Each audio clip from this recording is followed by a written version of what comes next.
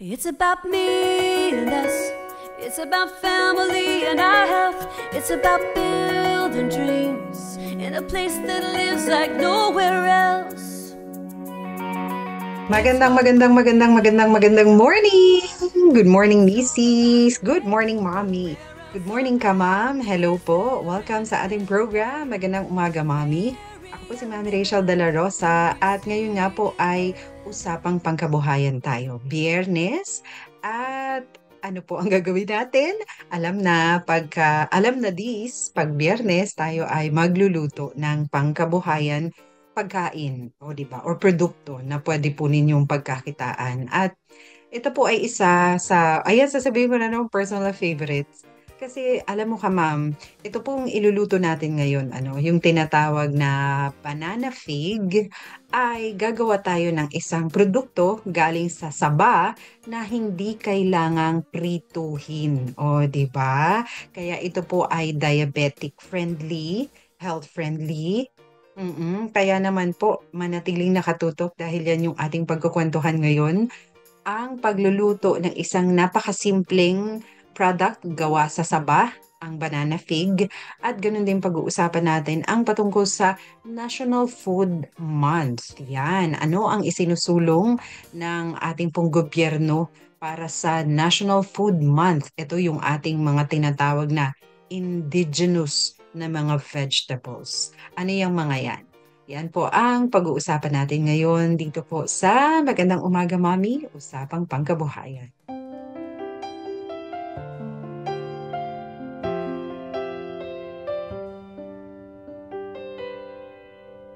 A little boy of 13 was on his way to school.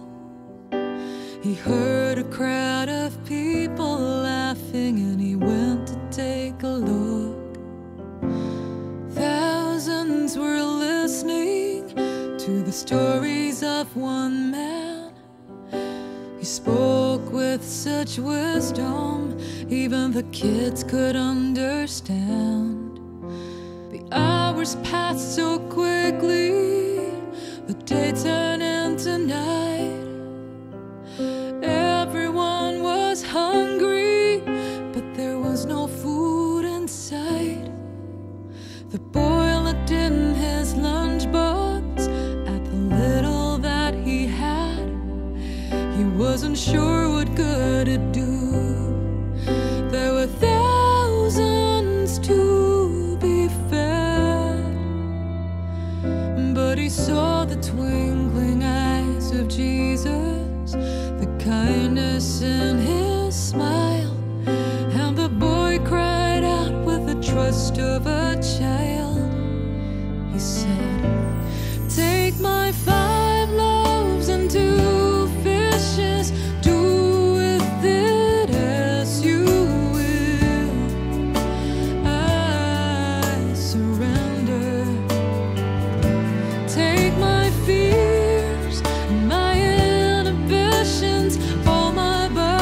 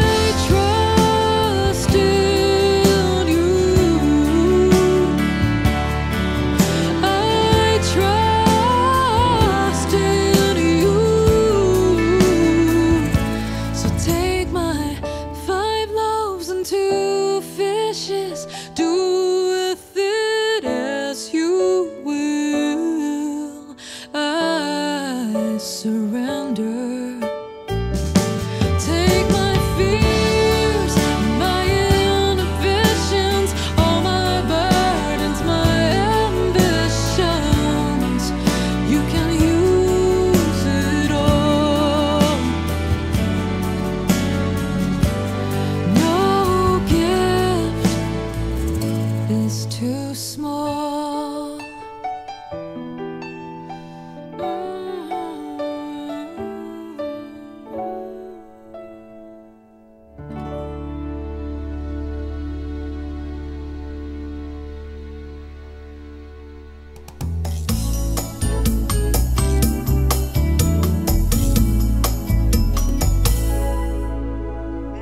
Nagbabalik po ang Magandang Umaga, Mami. Hello, hello ka, Ma'am. Kumusta ka po? Kumusta po kayo ngayon?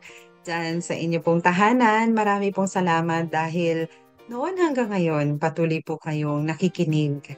At wini-welcome ang Ma'am Tahanan sa inyong tahanan. Ngayon po tayo ay napanonood dito po sa Facebook live stream ng Facebook page ng 1143 DZMR dahil ngayon po ay Magandang Umaga, Mami, usapang pangkabuhayan at ganun din napapanood din sa ating pong YouTube page na or YouTube channel ng 1143 DZMR. Ito pong ating pong program ngayon. At sabi ko nga kanina ang pag-uusapan natin ngayon, ang mapapanood niyo po na food technology na pangkabuhayan ay gawa po produkto galing sa saba. Oo, marami na po tayong napakita na iba't ibang klaseng produkto gamit ang saba. At isa sa hindi ko makalilimutan ay yung banana cue. Oo. Pero yung mga iba nagre-request. Ako personally, request ko din to. Kasi paano kung medyo iwas sa prito, iwas sa matamis, iwas sa mantika? Ano ang pwede nating alternative? Ano ang pwede nating ipangnegosyo or i-prepare para po sa ating pong pamilya? Alam mo ba, meron tayong sagot dyan, Ma'am. Oo. So ngayon pong umagang ito, nakatutuwa po dahil sa ating pong program, Magandang Umaga, Mami. Muli po, ako si Ma'am Rachel De La Rosa at ang ating pong mga kapartner sa Quirino State University, no? At ito, lagi nating kasama noon hanggang ngayon si Ma'am Bel Salvador, Professor Isabel Salvador. Magpapakita po siya sa atin kung papaano ang paggawa ng tinatawag natin na banana pig. Oo, parang ano ang meron doon? Parang social yung pangalan, no? English. Pero simple lang po ito, Ma'am. Oo, ito po ay produktong saba na para siyang banana chips pero hindi fried. O, di ba? Oo. So, healthy po siya dahil hindi mo kailangang prituhin. Ito lang po ay kailangan lang na sun-dry, air-dry, or actually pwede po siyang i-oven lang. Yung iba nga nakatry na ginamit lang yung oven toaster Sa-sorted actually. O, di ba? At nakatikim ako, Ma'am. I like it. Nakatikim din sa RJ na gustuhan niya. So, I think magugustuhan din to ng anak mo, Ma'am. At galingan lang natin yung ating pong marketing, yung ating pong pagbebenta, yung ating presentation at lahat. I'm sure ito po ay isa pong hit na produkto. Opo. So, ayan, hindi ko na patatagalin yung ating pong introduction. Panoorin po natin ang video kung papaano gumawa ng banana fig. Kasama po ang Product Development Training Coordinator ng Quirino State University. Wala pong iba kundi si Professor Isabel Salvador. Panoorin natin.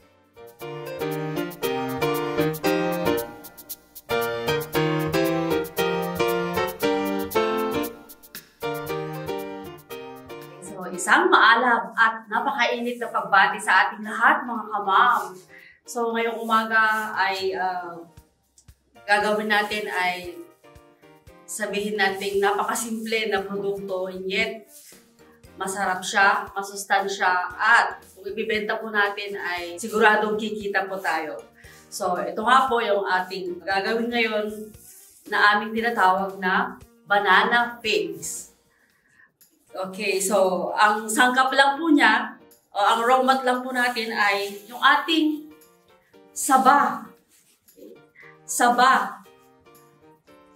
Ito nga po siya. So, ang maturity po ng ating saging ay pwedeng yung manibalang, pwede rin po yung katamtaman na hilog, at yung medyo pa-overripe, pwede din po sa ating banana fig.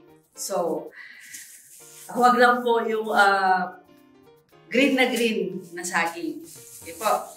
So, yung paraan po ng paggawa sa ating banana fig ay isang method lang po. Drying lang siya. Solar drying. At dahil, sabi nga natin, yung panahon natin ngayon ay super init dito sa ating region. Kaya, alam ko na madali lang siyang gawin. At sandali din lang siyang ma-dry or matuyo. Okay, so, hindi naman kailangan tuyong-tuyo yung gagawin natin. So, and then, pagka na-dry na po siya, pwede po natin siyang kainin as it is. Yung dried na banana, o dili naman kaya ay i-fry po natin ng saglit. Pwede rin po gumamit tayo ng oven. Pwede rin po yung tawag ng isa, yung toaster. Pwede rin po. So, makikita po natin mamaya na napaka-simple nga siyang gawin. Okay po. So, umpisa na natin. So, syempre yung ating saging ay nalinisan na kanina. So, balatan lang po natin siya. Okay. So, balatan lang natin. And then, i-slice po natin siya ng medyo manipis. Now, pwede po ang pag-slice po natin ay quarter cut. O dili naman kaya ay yung elongated lang siya. So, ganito lang. Pag-slice natin and then i-ready na po natin yung ating drying tray. Okay, yan po. And then i-arrange lang natin, isalansan lang natin sa tray.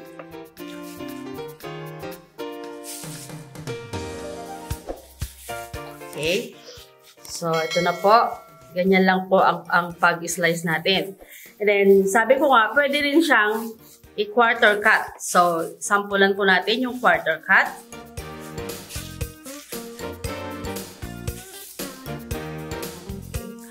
Para lang sa ganun, ang kwan lang kasi mas chewy po siya kapag ka-quarter cut. Okay. So, ganyan po. And then, syempre, dahil sabi ko nga, mainit po yung ating panahon, so yung drying time siguro nito ay 2 to 3 days. Okay na siya. So, depende po sa thickness ng ating pag-slice. So, ito po, yung dalawang shape, kung paano natin i-slice, then kung paano natin siya i-arrange. Okay. So, ayan. Yung ating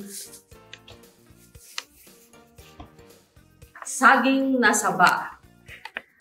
Lalo na po ngayon, panahon po ng saging talaga. Although, all year round naman po kitde yung ating production ng saba or saging na saba. Okay. So, yan po. So, ganito lang po. Tuloy-tuloy lang po natin na punuin kung ilan po yung tray na meron tayo. And then, bilad lang po tayo ng bilad. Okay po. And then, after that, syempre, ganito na po yung itsura niya nung nabilad na yung ating banana figs. So, sabi ko nga po, yung ating dried banana figs ay pwede po siyang kainin na ganyan lang. Pwede din po siyang kainin after cooking or baking. So, yan lang po yung ating banana fig na napakasarap. Okay po siya na pang merienda o kaya kukutin habang tayo ay nanonood or nanonood sa mom, kaya nakikinig sa radyo. So, pwede pong kukutin natin ito. So, ayan po. Siyempre po, yung output po natin, siyempre hindi na ganun kabigat dun sa ating raw mat. Kasi nga, ida-dry po natin siya. So, ayan. Napakasimple and yet masarap po siya at masustansya. So, muli, maraming salamat sa pakikinig dito sa programa ni Mami Riz. So, see you po again next week. So, God bless po sa ating lahat.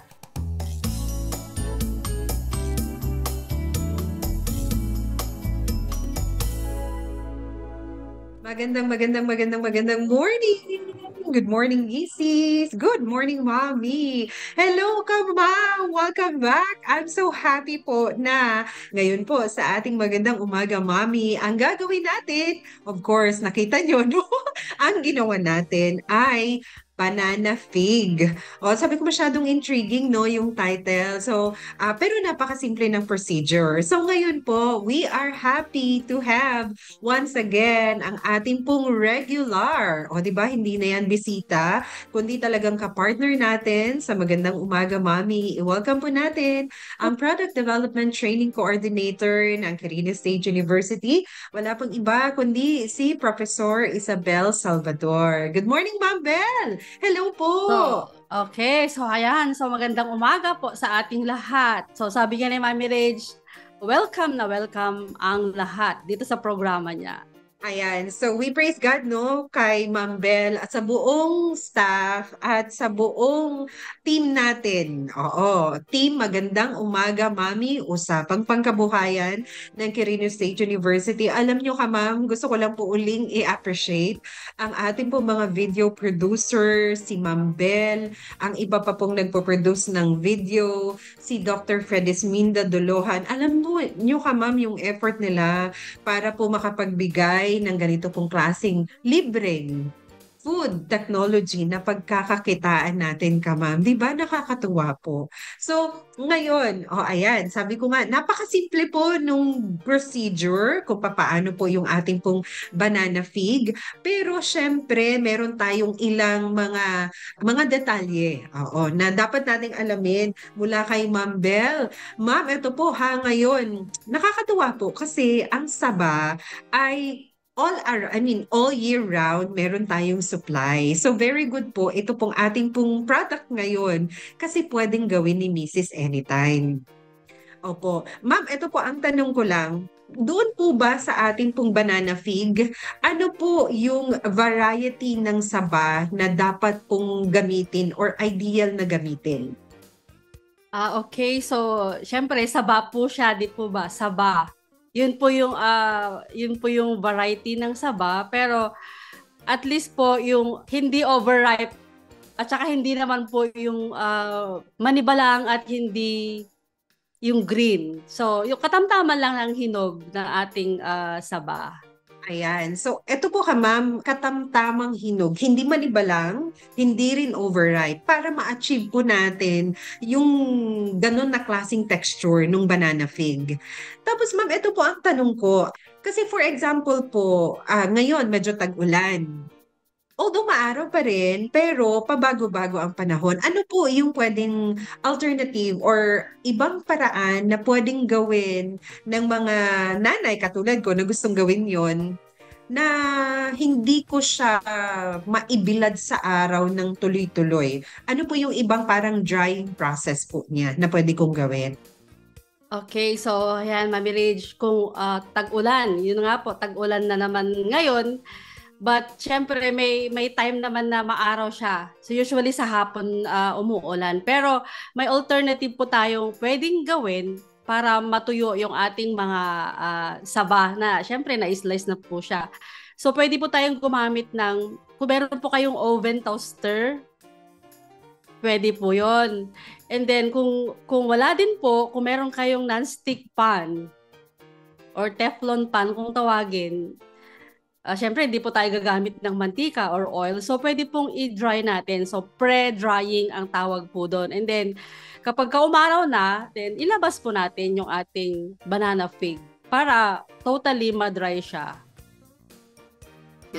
Okay. Pero ma'am, ganito, pwede po bang all throughout ay gamitin ko or i-dry ko siya gamit yung toaster or di naman po kaya ay oven or di naman po kaya doon sa non-stick pan? Hindi po ba magbabago doon sa lasa niya? Or dapat po talagang imperative na ibilad po siya sa araw? Okay lang po, Mami Rich, basta mas okay nga kasi para at least mabilad siya. I mean, yung biglaan ba? Hindi kung sa solar drying kasi or sa sun drying ay ilang araw mo siyang ibibilad, di po ba? Pero kung mayroon po tayong oven, mayroon tayong toaster, just meron tayong non-stick pan, ay oras lang ang pagdodry natin sa ating banana fig. Okay. So, pwede pala yun ka, ma'am. Oo. Ang ano lang naman natin dyan, kung bakit mas gusto natin na solar dry, para less ang gastos, di ba? Less tayo sa, gastos ng Yes kuryente po. ka, ma'am. Pero kung ang iniisip natin yung time element, nagmamadali tayo, pwede rin naman pala nating gamitin yung ating oven. Pwede rin ito, mami, air fryer, pag merong air fryer. Yes, nakalimutan ko pala yon. Pwede, Mami Rich. Pero di ba pag air fryer, at least merong konting oil na ilalagay. So, check lang. Pwede lang din. Okay, sige po. Ma'am, actually, ito po ay isa sa sobrang na-appreciate ko kasi nagustuhan ko siya. Gusto ko yung lasa niya. Oo. Tapos, dito ma'am, nilagyan natin siya ng konting sugar. Iniisip ko po, pwede po bang parang maging honey din? Yung parang i-glaze siya sa honey. Paano po gagawin yun? Pinahirapan ko, ma'am. Actually, hindi, Opo. Mami Rich, hindi po kami naglagay ng sugar, di po ba? Hindi tayo maglalagay ng sugar. Pero kung gusto po ninyo, wish po ninyo maglagay ng sugar, so konti lang. And then kung yung tinatanong mo na honey ang ilalagay, siguro dipping na lang yun. Pang dip na lang natin yung honey. Pwede. At After saka drying. chocolate. Oo. Mm-mm. Okay. So, ganito ka, ma'am. Ang pwede po pala natin gawin, sorry, akala ko may asukal kasi yung natikman ko medyo matamis. Natural lasa pala yun ng Yes. saging. Yes Wow, po. ang sarap very healthy. Kung ikaw ay diabetic ka, ma'am, enough na yun. Huwag ka nang maglagay ng dipping sauce. Pero kung ang mga bata ang ating pong pakakainin at naghanap sila ng dipping sauce, pwede honey, pwedeng peanut butter, pwede ring chocolate. Yes Oo, po. di ba? Oo. So, lalabas dito yung creativity nating mga nanay sa mga dipping sauce na actually pwede mo rin yung gawing marketing ka, mama. Honestly, di ba? Maganda rin yun na pang-market na may iba-ibang dipping sauce siya. Okay. Yes. Ma'am, thank you po ha. Natikman ko na to Masarap talaga siya ka, ma'am. At sobrang feel kong healthy kasi walang oil. Oo. Di ba? Kaya po, Ma'am Belle, thank you po dyan ha. Sobrang na-appreciate ko to. Actually, yun lang ma'am yung mga ibang tanong ko.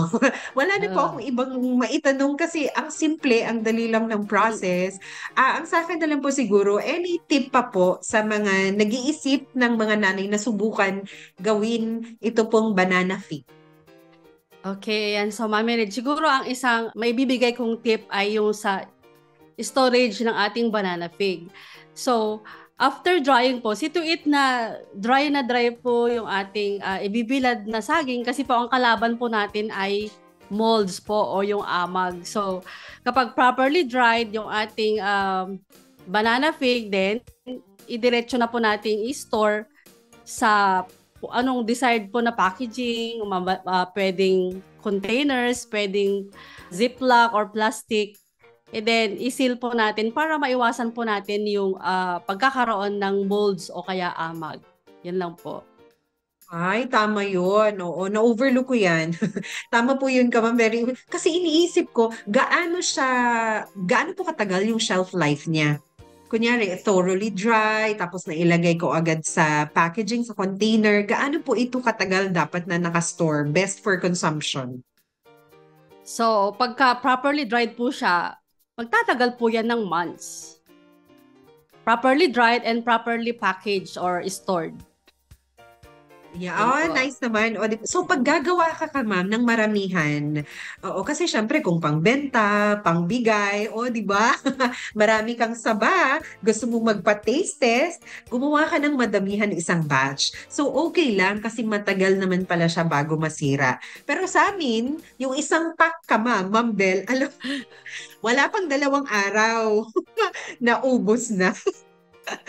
Okay. So, Ayan, Ma'am Bel, maraming salamat po. We appreciate you and we look forward sa marami pa pong mga videos na mapoproduce na para po sa ating mga kamam. Any last word po para sa ating mga mami bago po tayo magpaalam?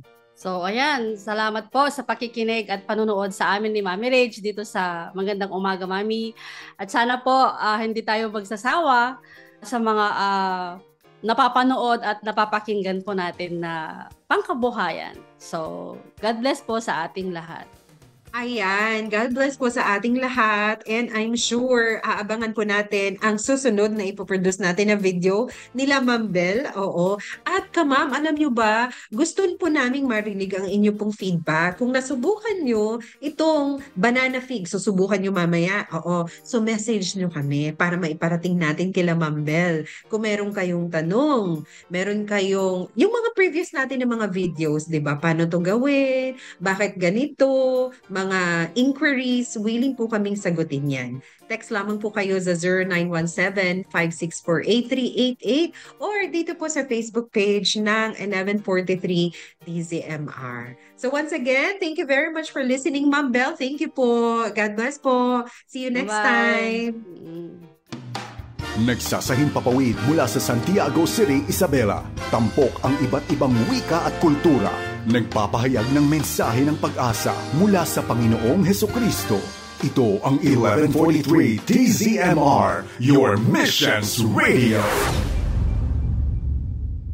Ang estasyong ito ay matatag na katuwang ng kapisanan ng mga broadcaster ng Pilipinas. Nagdiriwang ng 50 taon ng matatag at tapat na pamamahayag.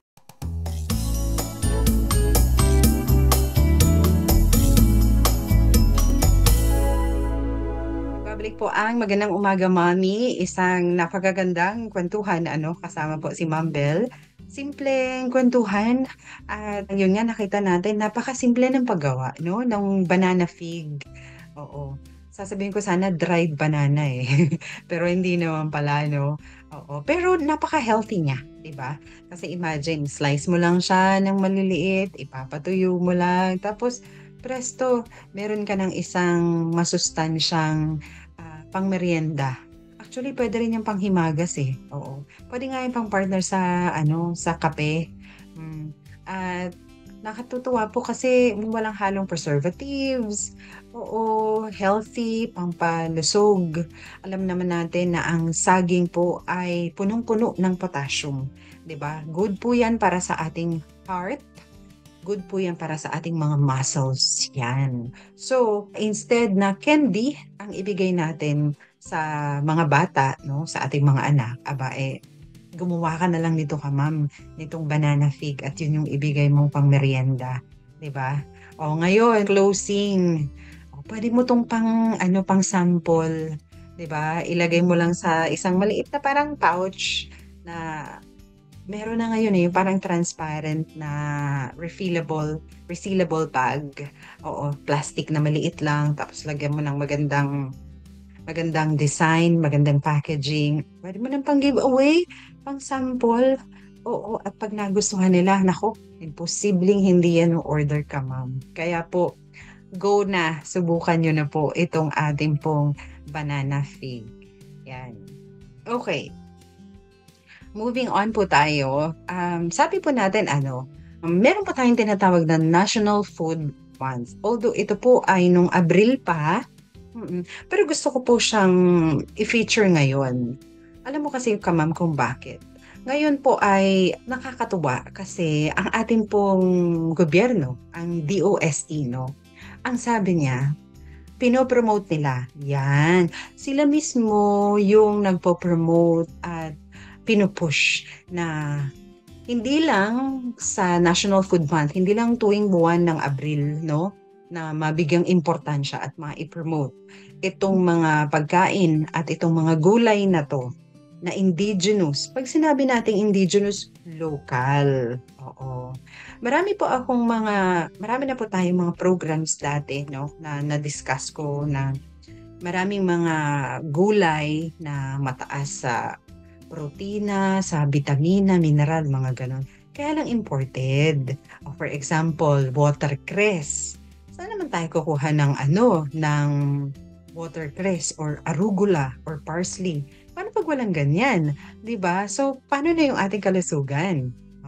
Good news ka, ma'am. Kasi alam mo ba, sabi po ng DOST mismo ha, sabi niya dito, 'di ba pagka nakakita tayo ng something green, alam natin na, wow, healthy yan. Salad. Yan. Pero totoo yan ka, ma'am, no? Dahil bata pa lang tayo. Bata pa lang ako. Grade 2 pa lang ako. Sa lesson pa lang ng Go, Grow, and Glow Foods sa MAPE. 'Di ba? Sa health. Lagi nang sinasabi na green leafy vegetables. Laging may ganun na emphasis. Pero bakit hindi yan parte ng ating pagkain palagi? 'Di ba? Lalo na sa mga bata, laging challenge kung paano yan i-incorporate o mapakain sa ating mga anak. Okay. Ito po, no? Nirekomenda po ng DOST, no? Na si Dr. Michelle Dumalaon na ito pong ating diet, yung ating pong pagkain, yung mga sinaserve natin, ay gawin natin siyang or i-push natin na laging kasama yung tinatawag natin na indigenous vegetables. So ngayon, kahit alam natin na ganun nga, na dapat kinakain natin itong mga gulay na to, bakit hindi natin na-incorporate? Okay, ito. Maganda po itong paliwanag na to ha. Yung ating pong palang katawan ay merong tinatawag na 38 trillion cells. Ganon kadami. Oo, hindi ko nga mabilang kung gaano kadami yung billion. Ito pa trillion pa, no? Oo. So, itong buong katawan natin ay may 38 trillion cells. Pero, hindi naman ibig sabihin na hindi yan nababawasan. Everyday nababawasan po, di ba? Everyday may namamatay tayong cells. Kaya nga may alikabok sa bahay. Kasi hindi lang yan alikabok, kundi dead skin cells natin yan, kamam. Di ba? So, hindi lang yung itong panlabas natin na cells ang nakikita. Actually, hindi natin makita yung cells. Pero bawat parte ng katawan natin ay gawa sa cells. Merong cells yan. Kundi pati yung loob ng katawan din natin. So, yung 38 trillion cells na yan, kamam, no? Ay meron niyang, ayon dito, no, kay doctor, ay meron niyang 120 days lang. Ganyan yung kanyang lifespan. Itong ating pong skin, yung cells ng ating pong balat ay 20 weeks lang. O diba? So ilan yan? O diba nag-compute talaga ako. So approximately parang 5 months mamamatay na yung mga skin cells na yan, mapapalitan na ng bago. And ano pa? Hanggang yung katawan daw po natin ay merong ingredients para gumawa ng bagong cells, gagawa tayo palagi ng bagong cells. Ganun naman yun. So, ang tanong, bakit may mga tao na sobrang ganda ng skin? Makikita mo, kamam, yung mga mahilig sa prutas at gulay. 'Di ba? Sobrang ganda ng skin nila. Oo. Samantalang yung, ito, wait lang, para magkaroon lang tayo ng idea. Yung mga tao na mahilig sa prutas at gulay, laging umiinom ng tubig, maayos yung tulog, namamanage ang stress. Di ba pansin mo mas maganda yung kanilang skin? Mas maganda yung kanilang pangangatawan. Di ba? Kasi yun yung mga kailangan para makagawa ng bagong cells yung ating katawan.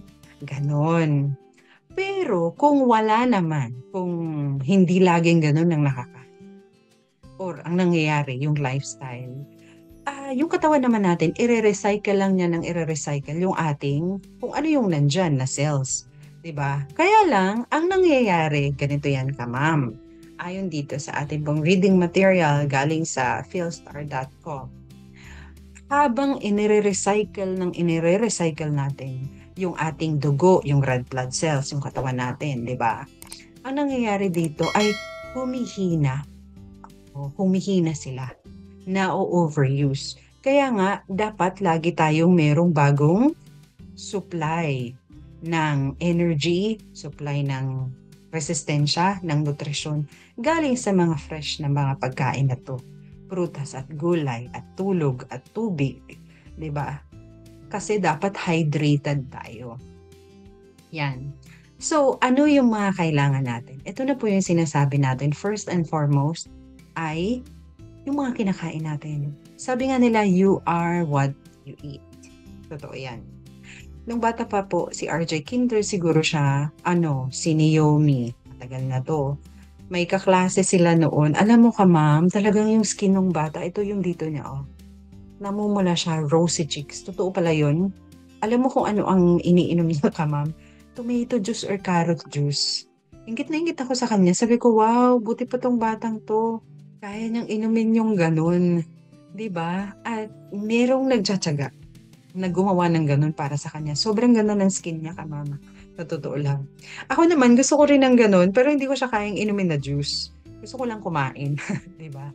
So, makikita mo talaga agad. 'Di ba? Pag may sakit, pag nasa hospital, bibili natin lahat ng klase ng prutas. Oo. Bakit? Kasi kailangan mong lumakas. Kailangan mong kumain. Yung ganun.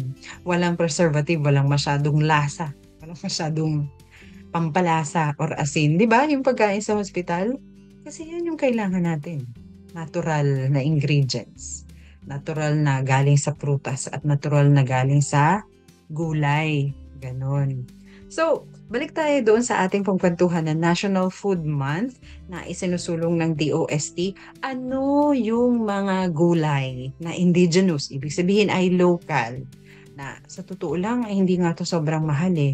Mas mahal pa yung mga imported na mga gulay na sinabi natin kanina. Yung arugula, parsley, watercress. Diba? Yung mga ganyan. So, pag-usapan natin ngayon ka, ma'am, ha? Kasi lahat po ng mga ito ay napakainam para sa paggawa ng bagong red blood cells. Yung red blood cells natin, sila po yung nagdadala ng iron sa buong katawan natin. Oo. 'Di ba? Importante po ang iron para sa maayos na brain function natin, para sa ating paghinga, para sa maayos na kalusugan ng ating pong body cells.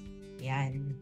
And dahil nga tayo ay Pilipino, syempre ang appropriate na pagkain para sa atin ay pagkaing Pilipino. So, indigenous vegetables. So, ayon po sa DOST, ang mga gulay, leafy green vegetables, hindi lang sila very good na source ng fiber. Alam naman natin po, no? Na pag sinabi nating fiber, ito yung parang walis sa ating tiyan. Para regular yung ating bowel movement, para regular nating nailalabas yung mga toxins ng ating pong katawan. Hindi lang siya very good sa fiber, kundi lalong-lalo na ma'am sa mga nutrisyon. Okay, ito ay masagana sa iron, masagana sa vitamin A, vitamin C, calcium at micronutrients. Ito po yung mga kailangan ng cells natin na tinatawag natin na antioxidants. Oo. Kaya po namamatay, kaya po tumatanda yung ating cells, yung ating mukha yan. Ba tayo nagkaka-wrinkles? Marami na akong wrinkles. At iba pang bagay. Oo, kasi nga, exposed tayo sa maraming radicals. Yan. Na-stress ka. Nag-away kayo. May problema ka. Radiation ng araw. Radiation ng ilaw, ng TV, ng laptop, ng cellphone. Yung mga ganon, pollution, pesticides, chemicals, lahat po yan merong negative effects sa katawan natin. So para may panglaban tayo dyan at laging fresh, laging bago yung ating skin cells, hindi lang yung skin cells, lahat ng cells sa katawan natin, para mag-work siya ng maayos, kailangan po natin siyang refillan. Ganon. At ang good news dyan ka, ma'am, available yung mga pang-refill natin ng mga gulay. Okay. So, ito yung pinopromote, 10 local or indigenous vegetables ng DOST. Number 1 sa ating listahan ka, ma'am, ay alugbati. Nako, puti na lang ka, ma'am. Gusto ko yung alugbati. Napaka-masustansya pala niya. Masarap. Kahit isalad, kahit ilagay lang to sa munggo, di ba? Actually, yun lang yung alam ko dyan na luto niya. Or braw. Ganun. So, sana laging merong alugbati. Pangalawa, sa listahan natin ka, ma'am, na napakamasustansya na local na gulay, ampalaya. In fairness, favorite ko yan. So, very good. Meron ako dyan. Check ako dyan. Pangatlo, himbabaw. Actually, hindi ko to alam ka, ma'am. Oo, talagang kailangan ko pa siyang i-search kung ano yung himbabaw. At buti na lang kumakain din ako nito, ka, ma'am. Yung himbabaw pala ay alukon. Ay, nako, buti na lang gusto ko rin tong alukon na to, ka, ma'am. Di ba? Nakakatuwa. Very good pala ang alukon, ka, ma'am. So, ayan po ha, alugbati, ampalaya, alukon, kulitis, yung ating pong local na spinach. Pwedeng isalad, pwedeng ilagay sa, ano tawag natin dito? Sa munggo. Parang ganun, yun lang kasi yung lagi kong nakakain, ka, ma'am eh. Pag meron kayong ibang recipe kung paano to niluluto, pwede bang share nyo sa amin dito po sa ating pong program? Oo, ayan. Okay, ilan pa to? Meron pa tayong iba pa. 5 pa. Kasi 10 to eh. Idagdag muna natin sa ating listahan ay labong. Ay, in fairness, buti na lang kumakain din ako niyan, ka, ma'am. Gusto ko rin yung labong. Oo. Either igata. Kasi sa Bicol po ginagataan yung labong eh. Pero yung white, oo. Or i-adobo ko lang. Or di naman kaya ay aabraw lang. Tapos lalagyan mo ng spinach. Or lalagyan mo ng, ano tawag natin dito? Yung inilalagay na madulas na dahon. Oo. Ayun. So, very good dyan, ka, ma'am, ha? So, sana lagi nating isasama yan sa ating pong diet. Alin dito yung ulam nyo ngayon, ka, ma'am? Alugbati, ampalaya, alukon, kulitis, at saka labong. Kung lagi mo yung kinakain, wow. Very good po. Congratulations. Road to very good health tayo niyan. Oo. Ano pa? Meron pang 5 pa? Break lang po muna tayo ng konti. Sa aking pagbabalik, pag-uusapan natin yan. Ano pa yung 5 pang local na gulay na pinupush, na pinopromote ng DOST na kailangang kainin nating mga Pinoy. Yan, pag-usapan natin yan sa aking pagbabalik po dito sa Mom. Wow! Kakain na! Woo! Bata! Mukhang masarap yata yung baon mo ah. Ano ba yan? Yum! Tinapay at gatas yata to. Wow! Ang sarap naman yan! Ganyan ba talaga ang dapat kainin ng isang bata? Opo, kasi sabi ni Mami, para maging malusog ang isang bata, dapat kumain ng masustansyang pagkain at hindi junk food. Tama! Yan ang bata. Wastong pagkain ang kinakain para laging healthy ang bodies natin.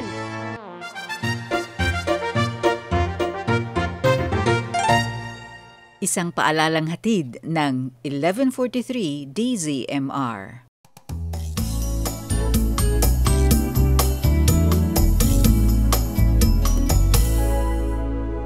Welcome back po sa Magandang Umaga, Mommy. And once again po, inaanyayahan po namin kayo na i-like, at i-follow ang Facebook page ng 1143 DZMR. At ganun din po ang YouTube channel ng 1143 DZMR.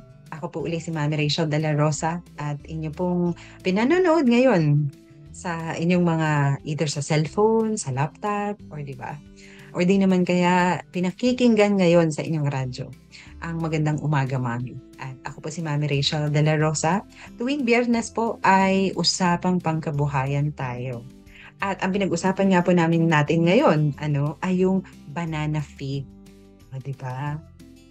Tapos, parte po ng ating pong National Food Month noong Abril ay yung pag-push, yung pag-promote ng DOST sa tinatawag natin na indigenous vegetables or local vegetables. Hindi ito masyado na pagtutuunan ng pansin. Pero alam mo ka, ma'am, sa palengke, kompleto lagi ito. Nakikita ko ito lagi di ba? Ang parang alam ko lang kasi laging iluto ay carrots, beans, pang chop suey, yung ganun. Pero gusto ko rin tong laging iluto Matrabaho lang kasi 'di ba ano mo siya, yung parang lilinisin mo tapos iisa-isahin mo. Yun lang yung matrabaho doon. Pero naman yung kanyang sustansya, yung galing, 'di ba? Yung ganda ng sustansya na makukuha mo diyan sulit na sulit. So ano daw yung 10 gulay na maganda, maigi para sa ating mga kalusugan ka, ma'am? Dahil punong-puno ng iron, ng vitamina A, vitamin A, vitamin C, at saka calcium at ibang micronutrients. O kanina na pag-usapan na natin yung unang 5. So meron tayong alugbati, meron tayong ampalaya, meron tayong alukon or himbabaw, meron tayong kulitis or yung ating local spinach, at meron din tayong lapong. Yan. Alin dyan ka mga kinakain mo? Pare-parehas? Check ba? Check. Okay. Very good. Okay, tingnan natin ito. Yung last 5 na gulay, no? Na pinopromote ng DOST na lagi nating isama sa ating pong mga pagluluto, sa ating pong menu ay upo. In fairness, napaka-versatile ng upo. Ang daming pwedeng iluto dyan. Ako, ang favorite na luto ko dyan ka, ma'am, aside doon sa nilalagyan ng sardinas. Ginigisa ko siya ng either lalagyan ko yan ng chicken breast para healthy or karne or tuna. Tapos lalagyan ko siya ng sotanghon. Di ba? Yung sotanghon lang, walang sabaw. Oo, yung sotanghon lang, parang dried lang siya. Pero syempre, niluto ko na muna yung sotanghon. Binuhusan ko na siya ng mainit na tubig. Masarap. Di ba? Ano pa? Malunggay. Nako, kailangan pa bang i-memorize yan ka, ma'am? Malunggay, superfood, super vegetable. Ang daming pwedeng gawin. Oo, ako nga ka, ma'am, alam mo, ang ginagawa ko, yung fresh, yung baby na malunggay, yung fresh green, kukuha ako niyan, hugasan ko ng maayos, ilalagay ko lang sa tasa, buhusan ko siya ng kumukulong tubig. Yun na yung tsa ko. Sarap. Diba? Oo. So, malunggay. At ano pa? Pako. Alam naman natin yung pako, no? Ako ka, ma'am, kinukwento ko naman sa inyo, alam nyo na bata pa lang ako nung bata ako, hindi ako mahilig sa gulay talaga. Pero isa to sa mga gusto ko ka, ma'am, itong pako. Kasi paborito ko yung suso. Alam mo yung suso? Ayan, gagataan lang namin yan, tapos lalagyan ng pako. Yung mga lola ko, yung pako, kinakain nila to bilang salad. Pero hindi ko siya makain na salad eh. Gusto ko siya doon sa ginataang suso. Ayan. So, buti na lang no, kumakain ako nito. Kasi napakasustansya pala niya ka, ma'am. At, eto na yung hinahanap ko kanina. Nasabi ko nakasama ng labong na madulas na gulay na masustansya. Saluyot. Ayun. Natatawa ako ka, ma'am, kasi ito yung isa sa mga medyo struggle kong kainin. Oo, kasi parang feeling ko sobra siyang madulas. Yung ganon, hindi ko siya malunok. Ganon. Pero kailangan, sabi ko, masustansya yan, kainin mo yan. 'Di ba? Oo. So, okay naman. Nakakain naman. Tapos, alam mo ka, ma'am, last but not the least dito sa ating listahan, talinong. Sabi ko, ano kaya tong talinong? Hindi ko na naman alam. So, kailangan ko uling mag-research. Kaya nag-research ako ka, ma'am. Itong talinong, ito, hindi ko pa talaga, siguro nakakain na ako, pero hindi ko alam siya na talinong. Pero, ang sabi dito sa ating mong mag-research, ang tawag dito ay water lettuce or Philippine spinach. At sa Ilocano, ito ay tinatawag na talilo. Ayan. So, kung kinakain nyo na po yan ka, ma'am, at kasama na yan sa inyo pong diet, ay very good. O, diba? At least na-kompleto nyo ngayon yung 10 nire-recommenda na local na gulay na dapat nating kinakain bilang mga Pilipino. At ayon po sa DOST, ito pong mga gulay na to ay dapat daw bigyan natin ng prioridad. Diba? Bigyan natin siya ng importansya. Kasi available lang dyan sa atin. Oo, at mura, laging sariwa. Diba? Hindi na siya kailangang lagyan ng heavy na pesticides or chemical para matagal yung buhay niya dahil imported pa siya or galing pa sa malayong lugar. At least ito po ay nandito mismo sa mga karatig na bayan, di ba? Or kung mamaya meron ka palang dyan tanim mo sa likod bahay o edi Ang bongga-bongga. Oo. Yan ka ma'am yung mga actually gusto ko rin na may ganyan sana, 'di ba? Oh, ganda no pagka meron tayong ganyan.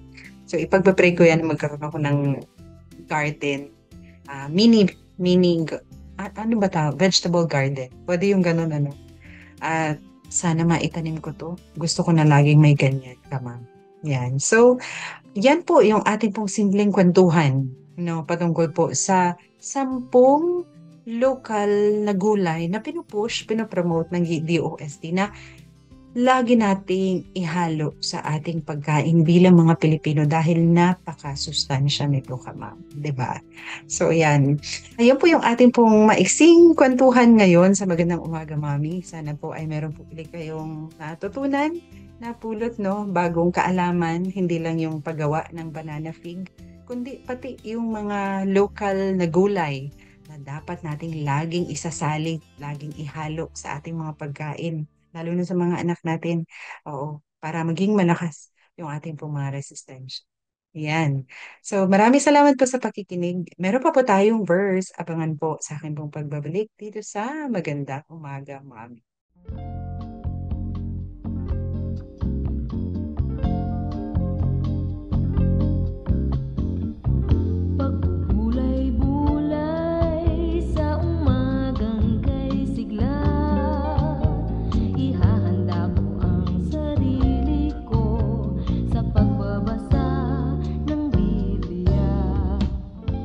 Po sa ating verse sa araw na to galing sa Psalms 105 verses 1 hanggang verse 2. Alam mo po, ang Book of Psalms, isa po to sa mga favorite na verses ko.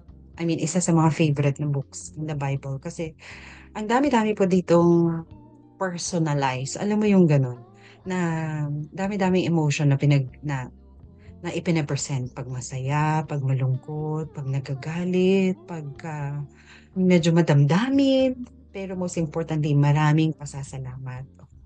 So ngayon po itong verse na to, sa umagang ito, gusto ko mag-focus lang tayo sa Thanksgiving dahil sa maraming bagay na pinagkakaloob sa atin ni God, di ba?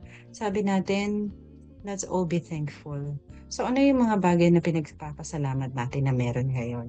Ako personally, alam mo, yung 10 gulay, di ba? Na local, na punong-puno pala ng sustansya ka, ma'am. Oo, alam ko naman na may mga sustansya yun, pero hindi ko masyado na-gets na ganun pala ka-importante yun, no? So ngayon, mas intentional na ako na pagpupunta sa palengke, bibili ako nun. Sana lagi kong magawa. Oo, at ito, sana lagi rin nating magawa na magbigay ng pasasalamat. Sabi sa Psalms 105 verses 1 to 2, dapat na si Yahweh, ating Panginoon, ay pasalamatan ang kanyang ginawa.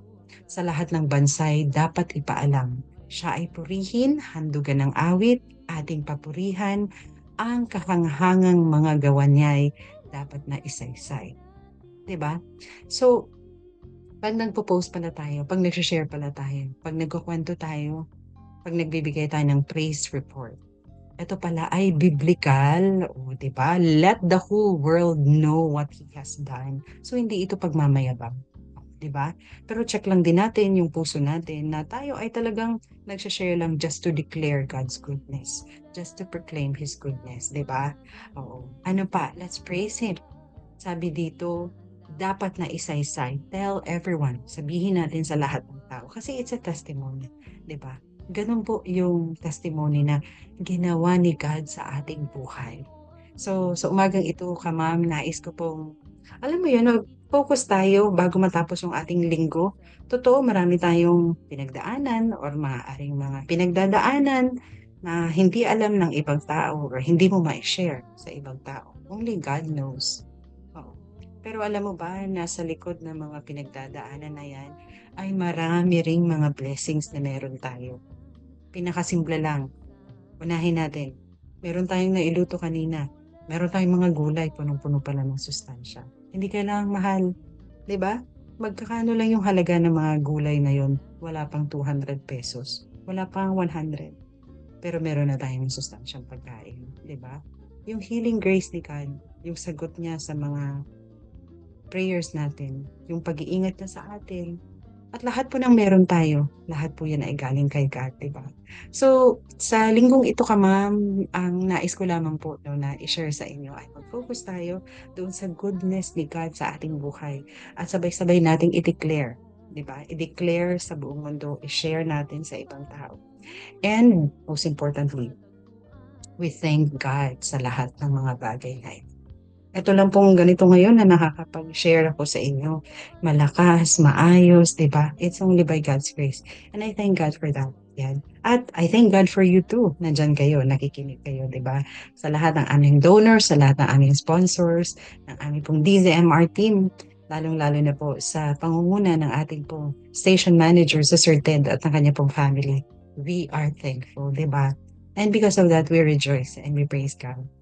So yan lamang po ang aking ma-share sa inyo ngayong linggo. Thank you very much for listening. See you next week. Same time, dito pa rin sa DZMR, 11 to 12 ng tanghali. Magandang umaga, ma'am. Ako po si Mami Rachel De La Rosa, nagsasabing anumang hamon ng buhay, kakayanin natin dahil tayo ay nanay at ang Diyos sa tuwina ang ating gabay. Bye!